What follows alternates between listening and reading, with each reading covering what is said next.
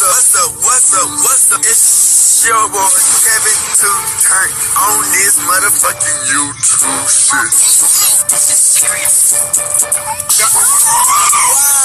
Wow, what the fuck?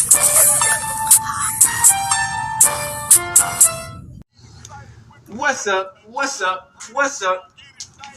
It's your boy Kevin to turn on this YouTube shit. Hey man, say man, we are lit, man. Today,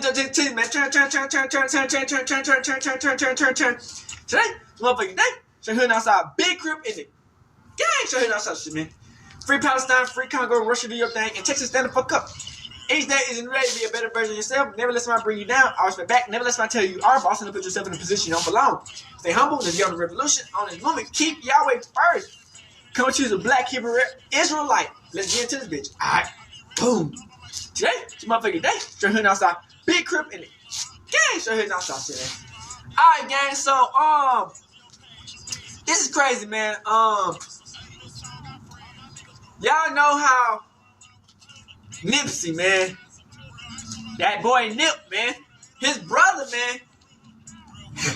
Black Sam, he out here standing on big business. He ain't letting nobody disrespect the legend of his brother Nip. You know what I'm saying? Over a few years, I understand how important Black Sam was for Nip. He was literally like a soldier for Nip. You know what I'm saying? Like, if he needed some shit done, his brother was gonna handle it. You know what I'm saying? You know, it gets in detail about the dealing between Big U and how Black Sam had to handle some squabbling and do some couple of things. You know what I'm saying?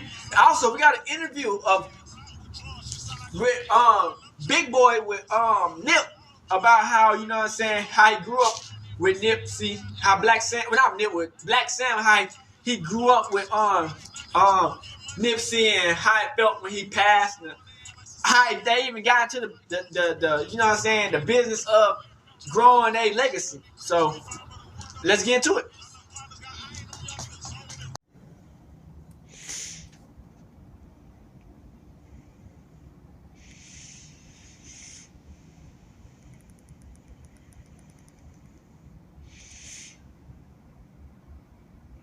Alright, gang, shout out to Hood War Chronicles. Y'all know how Black Sam, man, was stepped up to that dude in LA. We're gonna try to find that video real quick, man. Stood on business and never backed down from the rolling 60s or their boss, Big U, is none other than Black Sam. From defending his brother against Big U. They knock Nipsey out. Black Sam comes out, fires 3-4 shots in the head. He's fresh out the penitentiary. Police hit him right across the street. They see it. They come in, they arrest everybody. To putting a grip in his place and letting him know what's up. Demonstrate for hustle. This is what I'm telling you.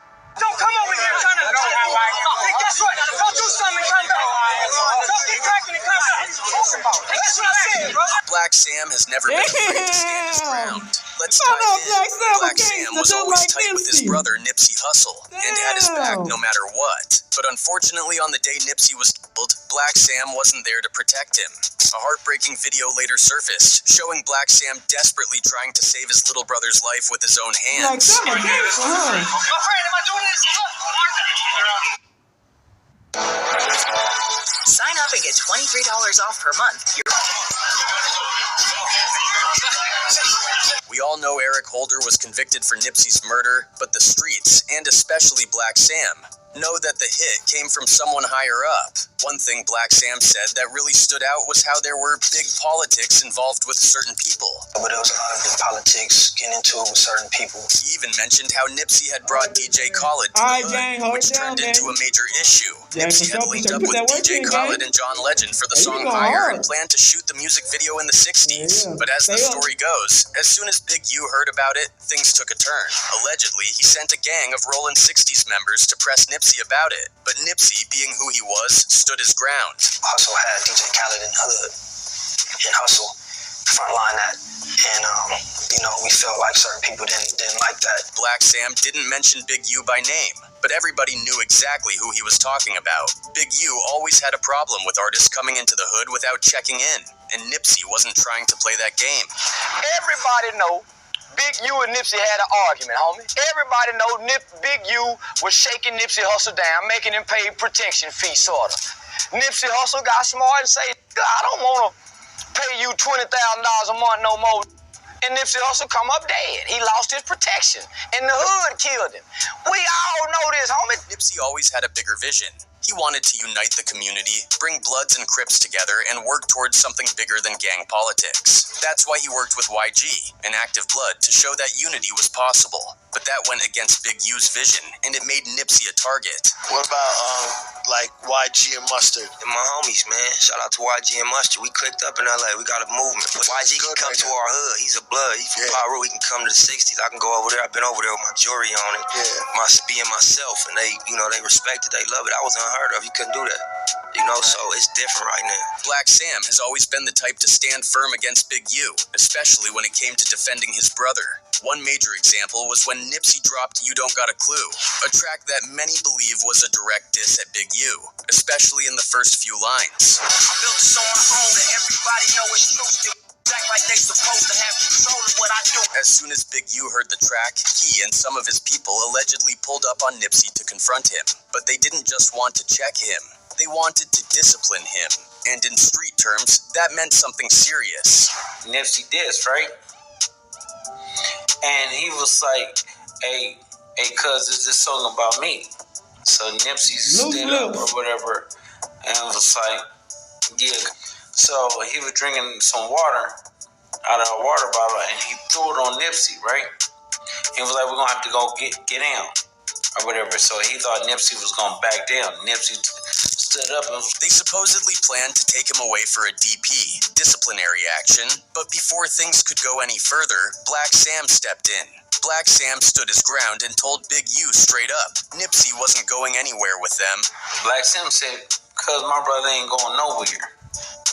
He was like, in front of the hood or whatever like that. He was like, my brother ain't going nowhere. Then there was another incident where Big U confronted Nipsey, and it turned into a full-blown fight. According to sources, Big U actually got the upper hand and beat Nipsey down. But before things could go any further, Black Sam ran inside, grabbed a pistol, and fired a warning shot in the air to break things up. You knock Nipsey out. Black Sam comes out, fires 3-4 shots in the air. He's fresh out the penitentiary. Police sitting right across the street. They see it. They come in, they arrest everybody. And even after his brother was killed by the very same people, Black Sam hasn't changed his stance one bit. In fact, he seems even more fearless, standing on business and protecting Nipsey's legacy at all costs. A perfect example of this happened at the grand opening of Marathon Burger in Los Angeles, a restaurant Black Sam opened to honor Nipsey. That day, he got into a heated argument with West Blovedy Crip Rockstar 2800.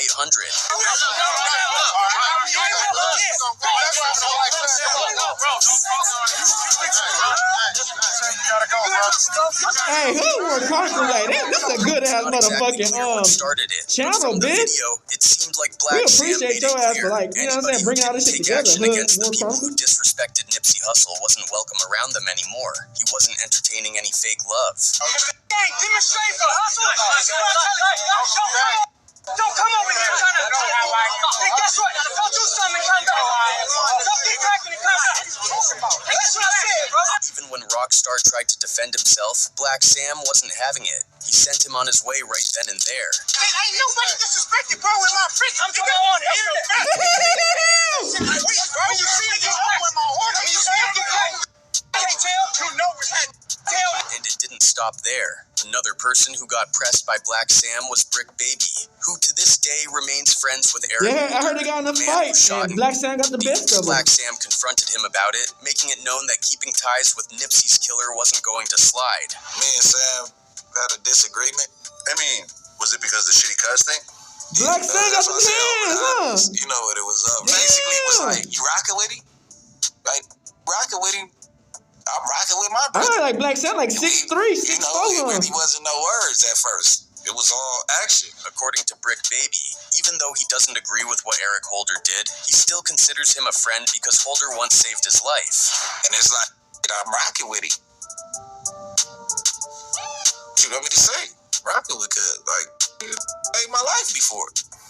I ain't rocking with him over that what he did. But in a wild twist of fate, Brick Baby himself is now in custody, alongside Big U.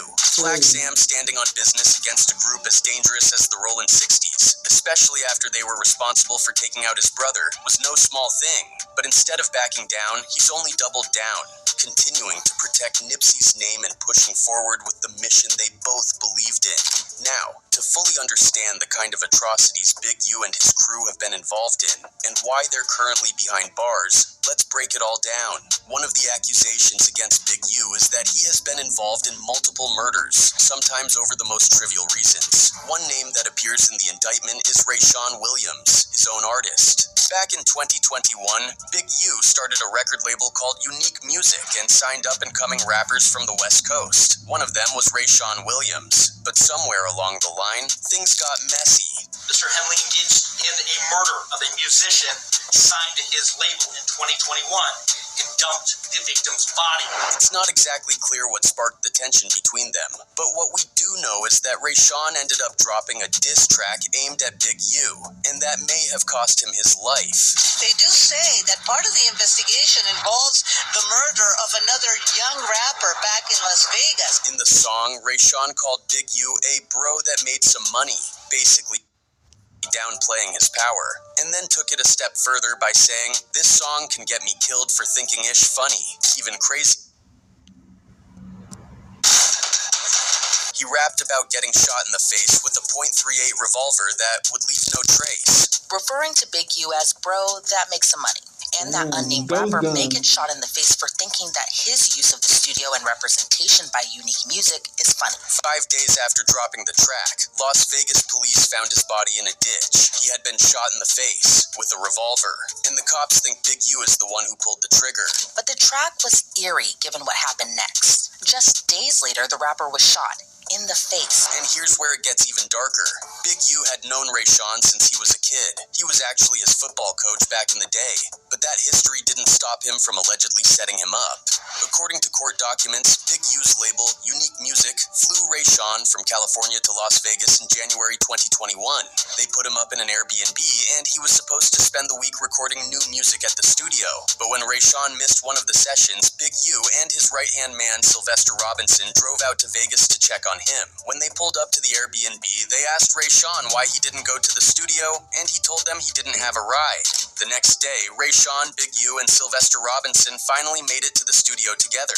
No one knows exactly what went down inside, but what we do know is that a few hours later, Rayshawn was dead. Surveillance footage caught him going back to the Airbnb at around 1 a.m. He was seen getting out of the car, grabbing his suitcase, and then hopping back in. He was supposed to stay in Vegas for another day, but Big U allegedly had other plans. According to investigators, Big U drove him out to the desert, shot him in the face, and then went right back to the studio like nothing happened. About 45 minutes later, surveillance video at the Airbnb showed RW exiting the passenger side of the car and entering the Airbnb. A few minutes later, he left the Airbnb with a suitcase, got back into the car, and left. RW wasn't seen again. He wasn't even supposed to leave Vegas until the next day, but he never returned to the Airbnb. Instead, his body was found on the side of the road near Interstate 15. A witness later told cops that Big U showed back up at the studio at around 3 a.m. drenched in either sweat or water. When they asked him what happened, he told them he had just come back from the gym. But just a few hours later, cops found Rayshawn's body dumped in a ditch, and Big U didn't stop there. According to the indictment, he tried to cover his tracks. He allegedly took recording equipment out of the studio after the murder and told someone to get rid of the surveillance footage from that night. Investigators also believe there was some kind of fight at the studio before Rayshawn got killed, which is why Big U wanted the video gone. Witnesses told detectives an associate of Big U removed the video recording equipment from the studio a few days after the homicide, including video that would have shown RW and Big U at the studio before he was murdered. After Rayshawn's death, Big U knew the heat was coming, so he allegedly had one of his homies drive his car and stay at his house. That way, if the cops pulled over the car or showed up at the crib, it would buy him some time to escape before they actually caught him. Nobody really knows the exact reason Big U allegedly killed Rayshawn, but this murder is what put him on the FBI's radar. Just a month after Rayshawn's death, the feds officially launched an investigation into Big U Enterprise. Everybody already knew Big U was one of the top dogs in the Rollin' 60s cribs. He was always talking about how he came up robbing cars and earned his rep in the streets by putting hands on his enemies. Back in the 80s, Big U was deep in the drug game, but he claimed he gave it up after reading the autobiography Malcolm X. That's when he switched lanes and got into the rap industry. He started managing artists, and one of the first big names he worked with was Corrupt. But Big U never really left the streets. In 1991, he got caught up trying to steal a massive load of cocaine from an undercover cop, which landed him in prison for 13 years. While locked up, Big U was still on his gangster time. He admitted to stabbing multiple people in prison and even bragged about knocking a dude's eyeball out of its socket with a single punch. After serving his time, he came home in 2004 and rebranded himself as a community leader by starting a charity called Developing Options. On paper, Developing Options was supposed to help kids stay out of the streets and get involved in sports. But according to the feds, Big U was using the charity as a front to move dirty money. The city of LA even funded Developing Options through the Gang Reduction and Youth Development GRID program, giving Big U over $500,000 a year since 2015. That money was supposed If you didn't get a six toward at-risk youth, but instead Big U was allegedly pocketing a huge chunk of it. And it wasn't just government money. Even celebrities got caught up in the scam. According to the indictment, Draymond Green and Shaquille O'Neal both donated $20,000 each to Developing Options, thinking they were supporting a good cause. But instead of helping kids, Big U allegedly transferred the money straight into his personal account. Mr. Henley is accused of embezzling donations made by celebrities, professional athletes, businesses, to his charity, Developing Options. Some people got scammed out of money. Others got hands put on them. One of the wildest stories in the indictment involves boxer Adrian Bronner. Back in 2019, Bronner allegedly set up a high-stakes dice game in LA, inviting a bunch of NBA players. The problem was that Bronner and his crew were using trick dice and ended up finessing millions from the players. When Big U heard about it, he wasn't happy. Not because of the scam itself, but because Bronner didn't check in with him first. So Big U sent his crew to rough up Adrian Bronner. After that, Big U took the money Bronner had stolen from the NBA players and gave it back to them.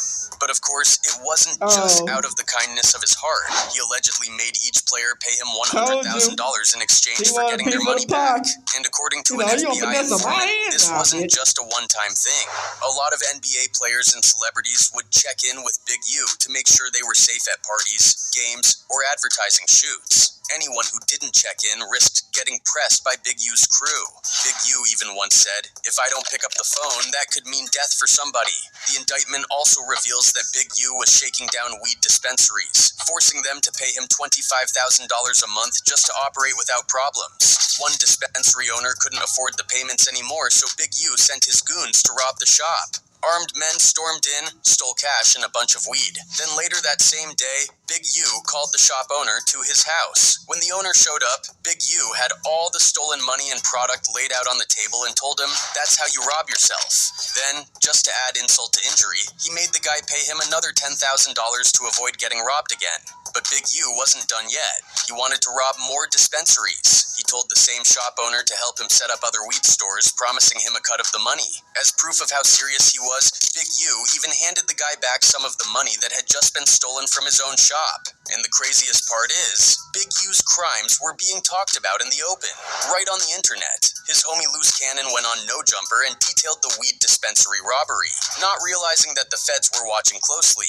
investigators quoted the interview in their indictment using Loose Cannon's own words against him. After the episode aired, Big U was pissed. He allegedly sent No Jumper a cease and desist letter, forcing them to take the episode down. But by then, it was too late. The damage was already done. At this point, Big U actually sent you a cease and desist. Did you take that interview down? We did. And that wasn't the only thing Loose Cannon admitted to on No Jumper. According to the indictment, he also talked about how he and Big U extorted a celebrity rapper for $50,000. Loose Cannon wasn't just running his mouth. He was still active in the streets. On January 3rd, 2025, he allegedly pistol whipped a man, put a gun to his head, and let two of his homies snatch his jewelry, cash, and phone. According to the cops, Big U had his hands in extortion schemes all over the city. One of the wildest incidents in the indictment goes back to 2021, when Big U threw a birthday party for himself at a nightclub. He told the club owners that he was going to bring in some huge rappers like T.I. and Wiz Khalifa, so they struck a deal. Big U would get 30% of the money made at the bar that night. But when Big U and his crew pulled up, things took a turn. Instead of just collecting his cut, he forced one of the club owners into a back room and extorted him for $30,000. The feds had already been watching Big U and his crew for years, and this was just another incident on a long list of crimes they were tracking. They had wiretaps, surveillance, and paid informants, and they were building a solid case. At one point, the feds actually recorded Big U plotting a robbery. It all started when a celebrity rapper got jacked for his studio once they got them equipment. bugs Big U and heard your about shit it and decided he wiretap, was nigga, going you to can't rob say the guys shit, who nigga. stole You need it. like a Some of the throwaway stolen phone, equipment nigga. had an Apple AirTag on it, meaning they could track it in real time. Yeah, Big U and you need his a crew throwaway loaded up their phone, guns, nigga. Like tracked a the thieves walkie-talkie, down, you know, and one of were them about pages to back hit in the the day? lick. But at the last second, they spotted cops in the area and decided to call it off. That wiretap was a major piece of evidence in the Fed's case, proving that Big U was still operating like a crime boss, even though he was trying to convince the public that he had changed. But in a different wiretap conversation, Big U pretty much exposed himself. He told someone, "If I ever had a problem with any man, color, creed, king, or kind, the issue would have been resolved. He wouldn't be here, or I wouldn't be here. I'm still who they say I am, and I'll pull up on your block right now and show up and show out." That's what happened to the last dude that thought I retired. The feds also had informants feeding them information from the inside. At one point, an informant actually handed Big U money while undercover. But what Big U didn't know was that the cash was coming straight from the feds. They recorded the whole thing, giving them video proof that Big U was still moving money under the table. Before turning himself in, Big U went live on Instagram to deny everything. He told his followers that all these stories about him were trash, and that he was only trying to help his community. According to him, people were just trying to bring him down because they didn't want to see him win.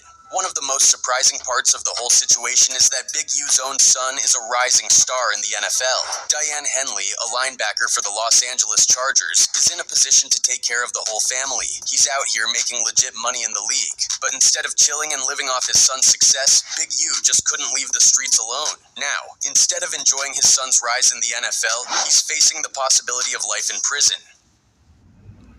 Damn. Shout out to Big Boy. This is Nipsey, man. He talks about Nipsey. I mean, this is Black Sam. He talks about Nipsey Hussle, man.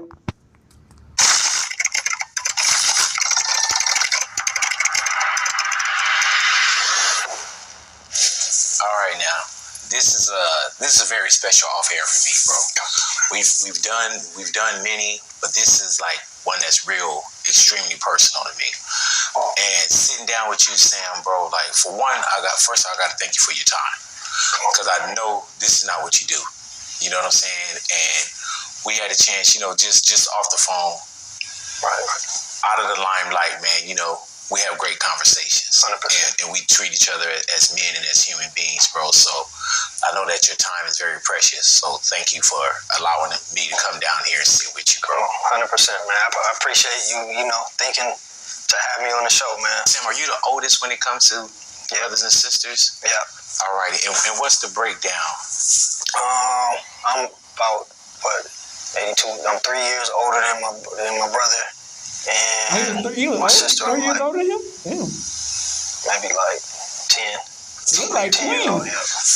Was it, and just in the household, because like we grew up, man, it was 7 of us as far as kids. Single parent though. My mom took care of us, but we did everything in house. We didn't have 5,000 channels. Right. We didn't have money. You know what I'm saying? Right. Was it kind of the same with you guys, just kind of in the household where you understood the family dynamic and were y'all always tight with each other?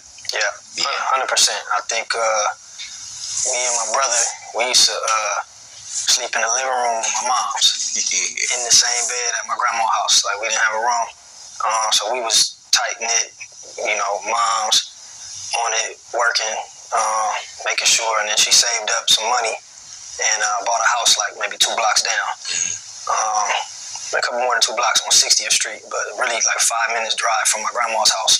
So when she moved out into her house, then it was me, my mom, and my brother. Right. And then she had my sister. And then so now we in the household, it's a little more struggle because mom's got bills and doing things on her own. But yeah, we had to make do. You and Nip had always been extremely close? Yeah. Yeah. 100%. Same with like me and my brother Mouse, man. We were, if you saw one, you saw the other. Yep. You know what I'm saying? And there's a lot that I learned from my older brothers. Like Keith was my brother that really introduced me to music. Like looking at notes and looking at credits and listening to certain sounds and not knowing that I was paying a tuition into the School of Experience for the profession that I'm in now, with loving music, knowing how to talk, knowing how to go beyond what I'm listening to. So that was like kind of almost like a finishing school for me.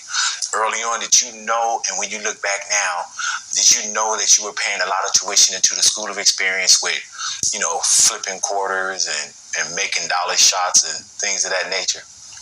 Yeah, I think, when we was going through it, definitely not. But I think in hindsight, we both kind of appreciated that we had to kind of like figure it out on our own. And, we gained that edge young. So, when we was in high school and then got out of high school, we was able to just really get to it and adapt in a way that a lot of our friends that had were not able to. So definitely, in hindsight, we always appreciate the struggle.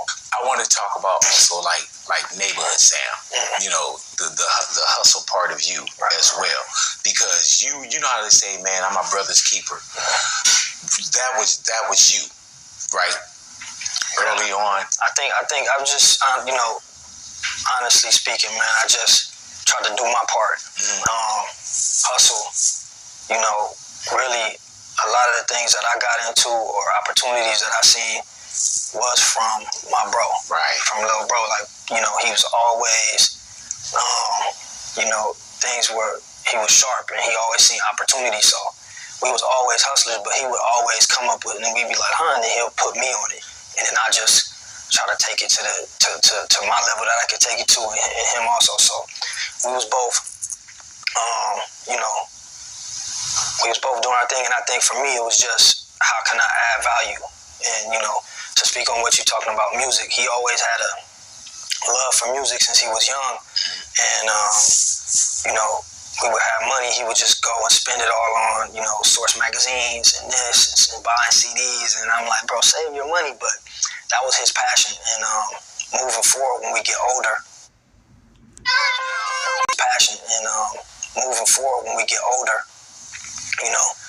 when you don't have, you want to get money and you want to get to it, but it comes to a point when you're getting money, what's the next level? Yeah. And, what do you do with it? And I think he had the vision and he was like, look, this is what we're going to do.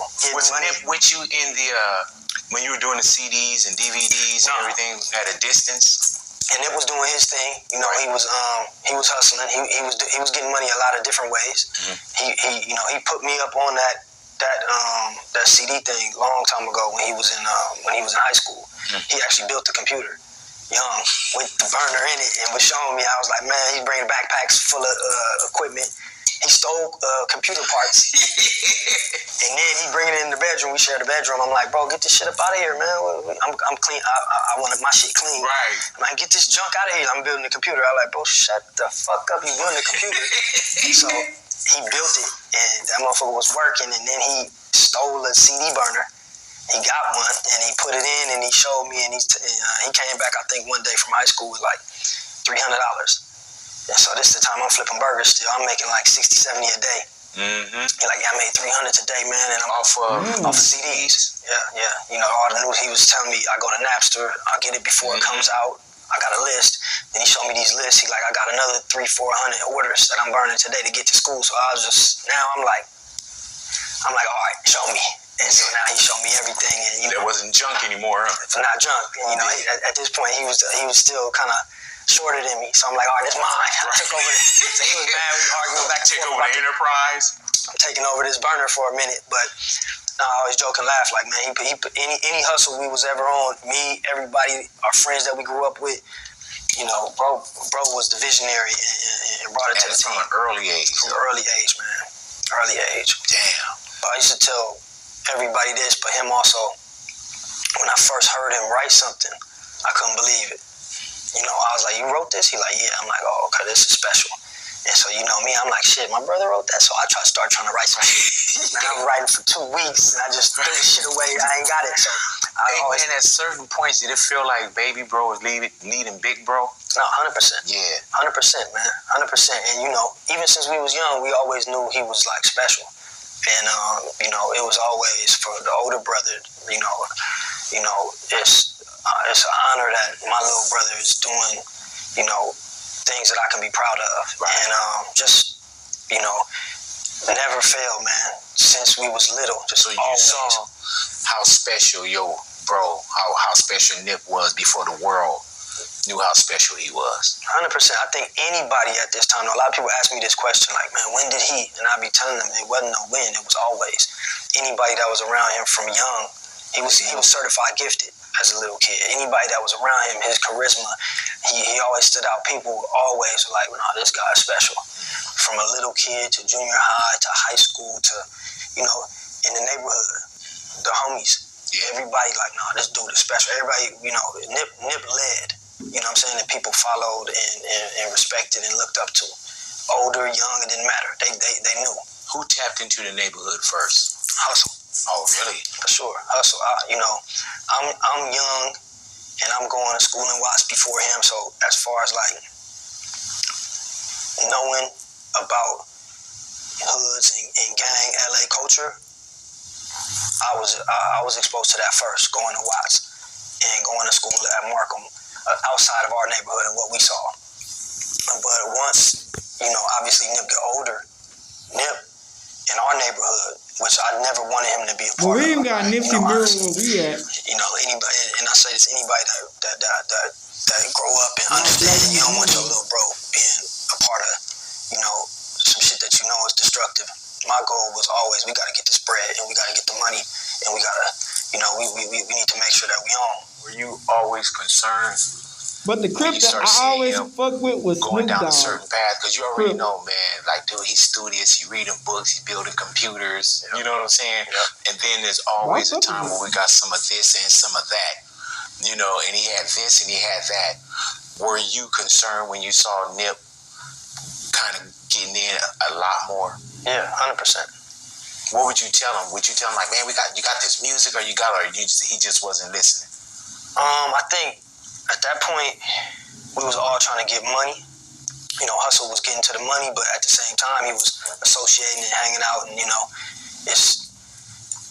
I'm like full time, get the money. Hustle is half and half. And, you know, that other half could get you, you know, Blam. going for a long time. So that was the dynamic at that time. Once it, you know, transitioned into full-time Hustle trying to do the music,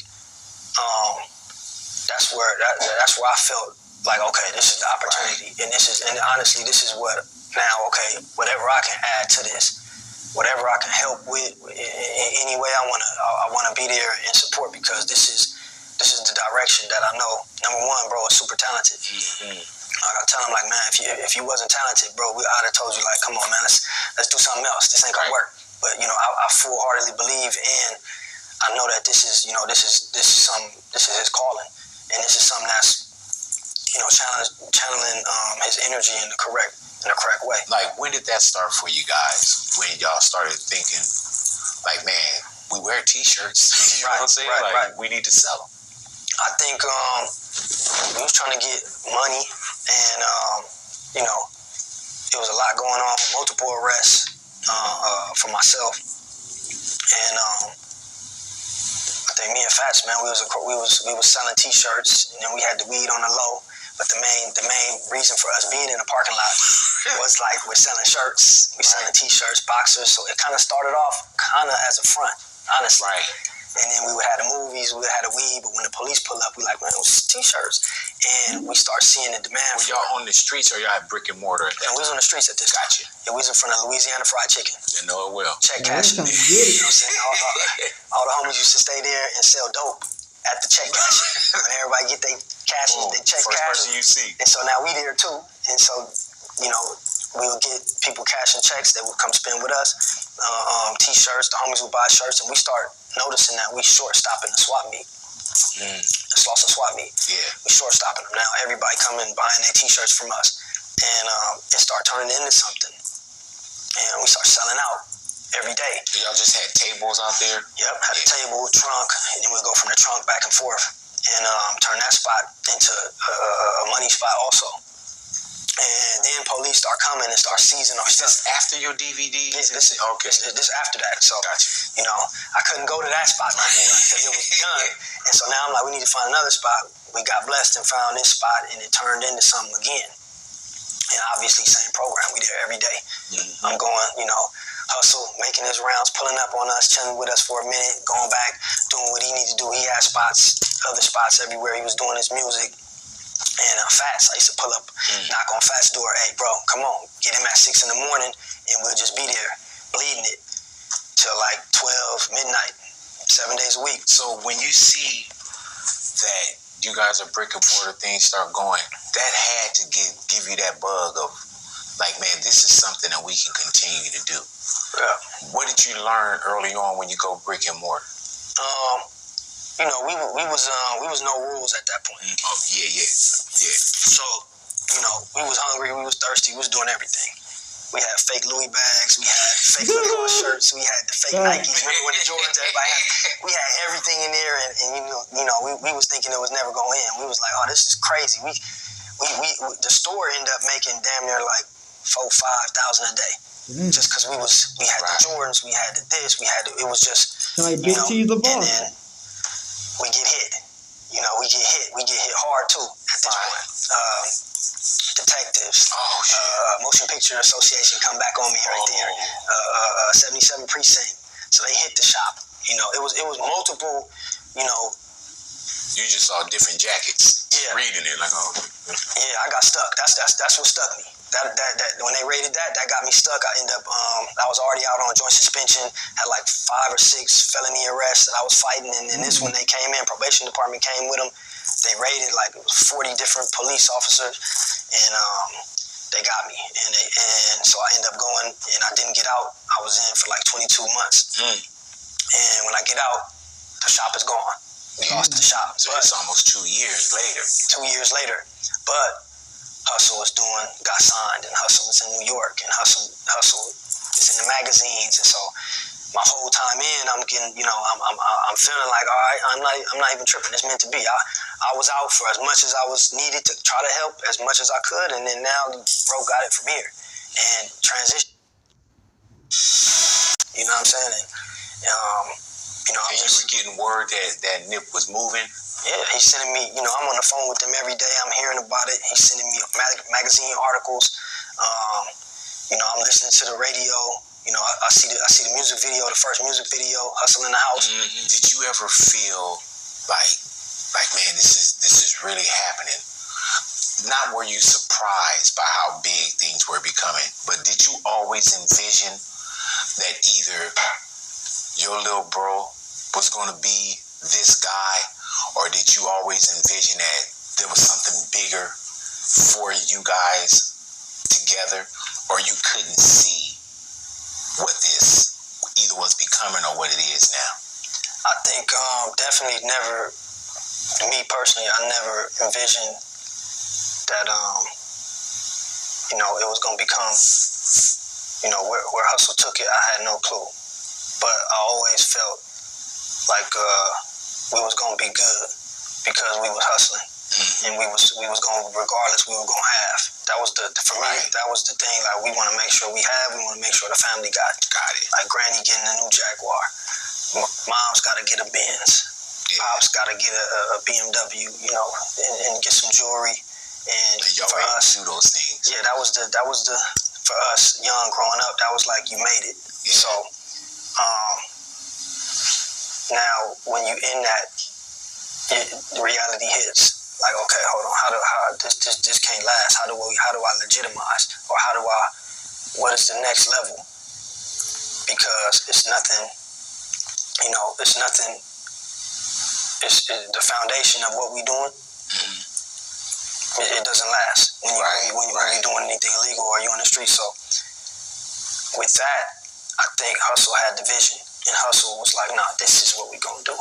And every time Hustle would lead the way, and I remember Hustle telling like, this clothing gonna be big. It's gonna be one of the biggest things we do. Watch. Hey man, I remember even the Smart Store when y'all opened up the Marathon Smart Store. I was like, what the fuck is a Smart Store? And early on, we used to like, yeah, you can come in and you can point your phone at this. And I'm like, what? And then is it Idris? Yep. Idris Sandu. Yep. I remember, man, when he told us the story about how he met him, he said he was like, went to go get a green juice, and Idris was in there, and he said, man, I just kept walking past, bro. That he was doing something with his hands and making things move. But even just to tap in to something like that so early, bro. Yep. And peep it and understand, man, this is the next thing. And now you see certain things now, man. Like Nip was on before we even had the scans where everything could just be scanned. Now everything is scanned like that. And when you talk about a Smart Store, bro, nobody was thinking about that. Man, I'm gonna tell you a story, man. That goes to Hustle Genius.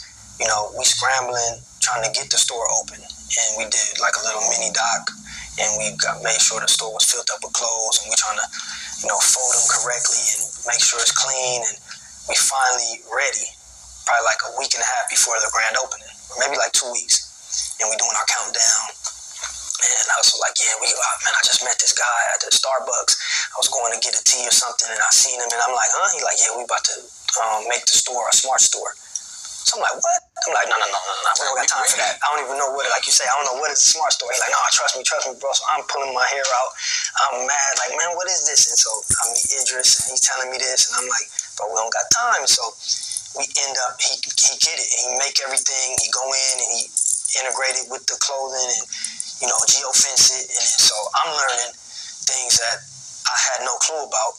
And in hindsight, looking now, when that store opened, and it was the first Smart Store, and that's why I just Hustle, the genius of Hustle, man, and so many different things like that he's done.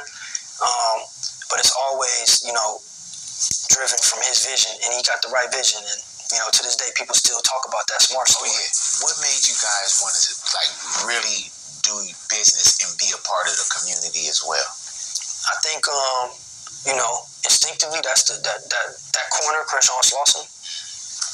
We used to walk from my mom's house to the bus stop on Crenshaw and Slauson in front of the Shell when we was little, and catch the bus to Watts, school bus. There was a Shell's, the gas station there, and I remember when we found out that the owner was a black man. Fucked us up. We was little. We never thought like a black person could own a gas station. And so he was there, and he would fuck with us like, what's up, man? What's up? He was cool. He coached basketball, and he liked us because we used to go in there, backpack empty notebooks, buy all the 25-cent bags of hot Cheetos, fill the backpack up, go to school, sell them for 50 cents. And we used to come every day, like, man, y'all getting all the chips and no books. So he kind of took a liking to us, but that's when we thought, ownership from back then. And fast forward, that parking lot behind the Shell is where the shop is. Yeah. Hustle, we used to be in there hustling when it was an abandoned building. And then he sold his first mixtape in there, and then we were across the street hustling. And for us to be able to get the shop in that parking lot, it meant everything because we grew up in that parking lot, in that area. And by us getting the shop, the community supported young, old, people that may have looked at us and been like frowning upon us. At this time, man, I'm proud of y'all, man. Y'all got a business, and they made sure that they came and supported. So the significance of that area and being there, and all the money that was spent with us, they saw what it was turning into. So everybody, from the aunties, the grandmas, to the homies, coming spending money. They seen we took it and we flipped it, and we took it and we flipped it, and they saw what the support, what we did with the support, and it was key for Hustle that he stayed, and we opened the first Marathon store there. Right there. Because there was a lot going on, man. Police, I'm going to jail. Everybody going to jail. They raiding the shop. So at one point it was, like, man, we need to get a shop on Fairfax. We need to open this Marathon store. Like, when we do the Marathon store, it need to be somewhere where we ain't got to worry about this. We get into it with the homies sometimes, and all type of stuff. Like, we may need to do that, but Hustle was adamant, like, nah, that's store number 2. Store number 1, we got to open up on Crenshaw and Slauson. And I think number 1, it was because he wanted to inspire and wanted to show people, like, nah, like I'm from this area and I'm doing something big here and I'm investing here. And number 2, it was an obligation because, we was made and the brand was built from the people's support. What was that day like for you, bro? And did you feel any premonitions before you lost Nip? 100%, man. I think, man, we just, it's my cousin's birthday, so tonight, I want to say the night before, it took us to Wally's, Beverly Hills, me, Pops, and Adam, my cousin Adam, and just had a long talk with bro, not to get into too much detail, but there was a lot of big politics getting into it with certain people. Hustle had DJ Khaled in the hood. Not to be speaking too much on shit, but we came front line like we always do. And, niggas gonna know we gonna crash out behind it. We not playing. Ain't nobody saying nothing to Khaled. Ain't nobody doing nothing to Khaled. And he's straight. And Hustle front line that. And, we felt like certain people didn't like that. And did the video. Khaled got out of there perfect and smooth. And, we appreciated Khaled for showing up and coming to the hood and doing the video. And, we knew that this was gonna be one of them videos, man. Hustle brought DJ Khaled to the hood, and had John Legend in the other scene. So we at Wally's, and we just chopping it up about a lot of shit, man. Just making sure that we on point in security, and when we pull up, it's we like, Hustle, when you pull up to the shop, call us. He like, bro, I'm not calling you niggas when I pull up. I'm not calling you niggas when I pull up. And we like arguing and just, but turn into, a little bit of that, and then back to the celebrating bro, Adam's birthday, and Hustle got us the back room, and, family there, chopping it, and just us 4. And we stayed there forever, man. And when he walked out, we all walked out the back room of Wally's. I think Rivera, one of the guys that filmed the video, just happened to be there. And so he see us walking out, he's like, oh, Hustle, what's up? And he's like, man, what's going on? He's like, bro, they just sent me the first edit of the video. And so he pulled it up, and he like, man, look at this, bro. You look amazing, bro. You about to do movies after this. Look at this shot. And so Hustle seen it, and Hustle was smiling. Hustle was happy. He seen the shots of the video. He's like, man, he's telling him, like, bro, ain't no more small time shit, man. After this, nigga, your shit going out the roof. And so, we was all happy and shook hands with them, and then we left. And that's the last interaction, bro. And that was the night before? The night before, Saturday. Sunday, what was that morning like for you, Sam? Sunday, just regular Sunday, man. I think we had spots in the hood. So one of the spots we had little weed spots.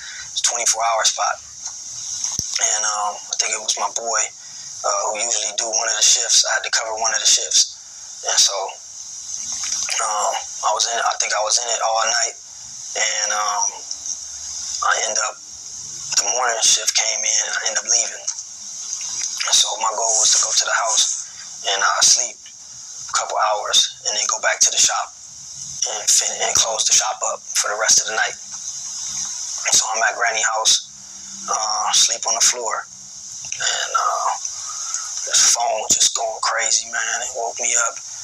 And I picked the phone up, and they, you know, forget who called me, man. I just hear people screaming in the background. And they like, man, you know, bro got shot. So I just immediately just run out the house.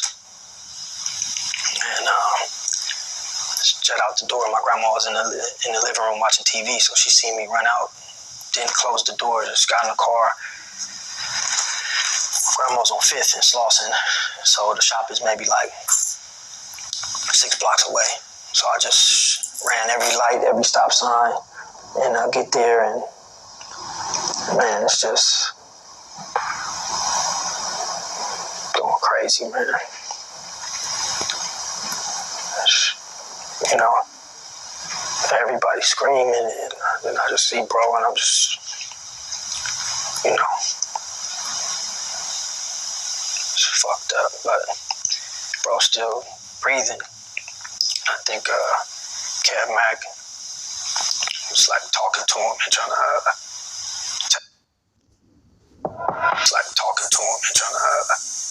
tell him that I'm pretty, stay with, just breathe, bro.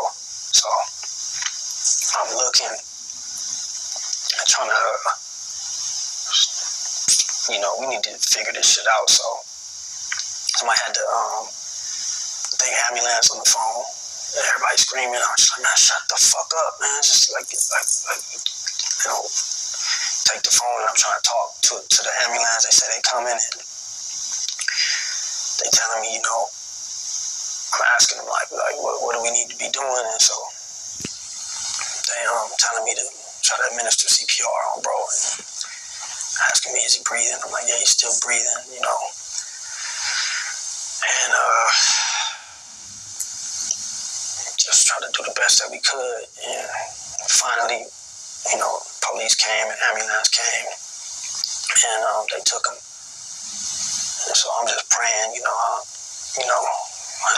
had faith that bro was gonna be all right. And you know, then I had a lot of people shot in that parking lot, and we, you know, I done drove multiple people to the hospital, and you know, I'm like, man, if anybody make it, bro gonna make it for sure. Not what is the first thing that you do, man, but where's the headspace, man? Because it's hard to just not, you know, either throw it all away or give it all up. Right. You know, because we got Nip as friend, music, whatever it may be. You know, y'all sharing bedrooms, that's like me and my bro. Right. You know, at some point, do you feel like any of this is worth it, or were you ready to throw it all away? Oh, no, man. Not 100%. Like, crash out, broad daylight, or whoever. And, you know, we start figuring out who the streets was saying it was. And, you know, that's what the whole unit was like. Where's this nigga at? And, you know, that was the mind space at that point. Yeah. Aside from just dealing with, you know, the reality, you know, but it was go time, man. And, you know, they're gonna make sure the kids is good, make sure his kids is good, and make sure they keep going. Is it as random as what the public thought it was? Like, Nip seen somebody, Eric, and talked, and I mean, you know, he already got convicted, so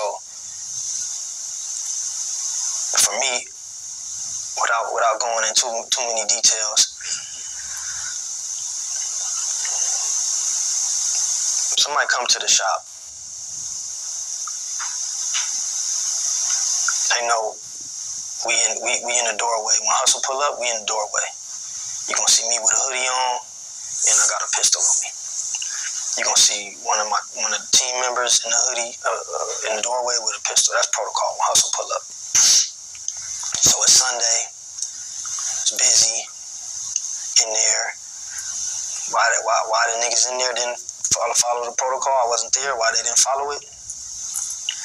Maybe they was fucking around helping the customer, doing some fucking customer service. This is what I'm thinking. Trying to, you know, transition into some legitimate selling clothes. but nobody was in the doorway. And from my understanding, old boy walked up with no shirt on first to check the scene because he know what's going on in that parking lot. And had a conversation.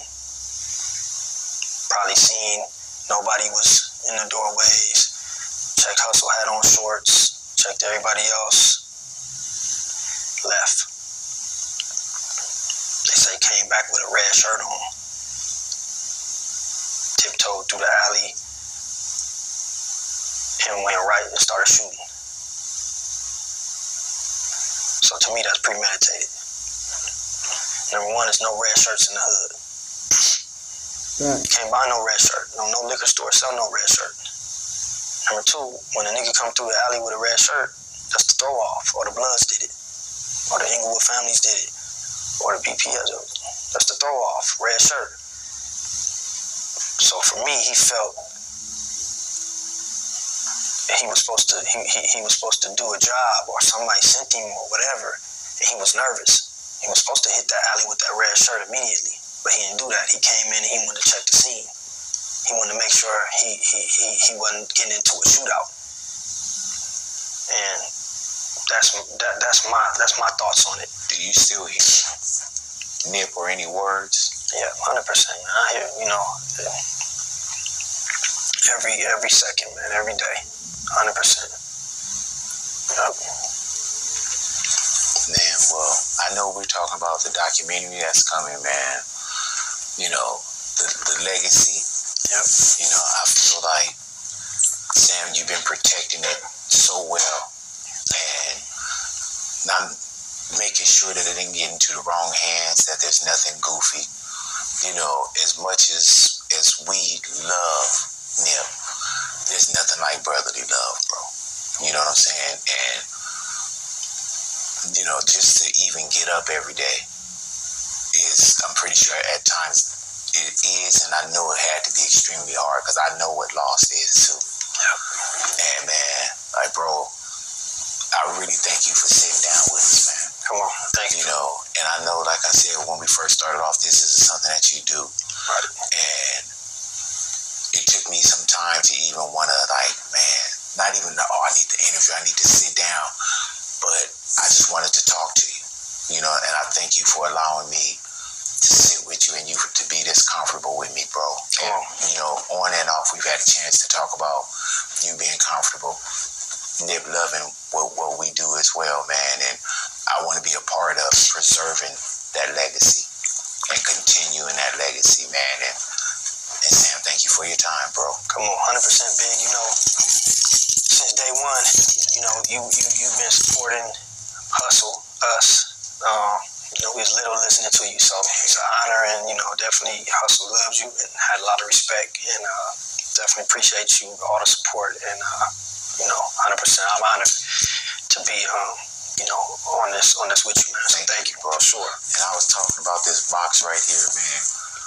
Those boxes, when I flipped the box open, right, and I saw that I was in the box, right, bro, I showed that shit to my wife, Sam, and I was like, I know there's a billion pictures, bro. And to get in that box, man, it's like, you can't tell me shit, bro. Come on, you part of the story, man. You part of the history. You know what I'm saying, man? So continue, bro, and you got my support and my love all the time, Sam. Come on, man. Definitely appreciate you always. Being off air with me, bro. I appreciate and love you, man. Come on, likewise, man. Bro, thank once you. Again. Respect. Always. Man, let's see what he can do about the legacy, man. Build the bot.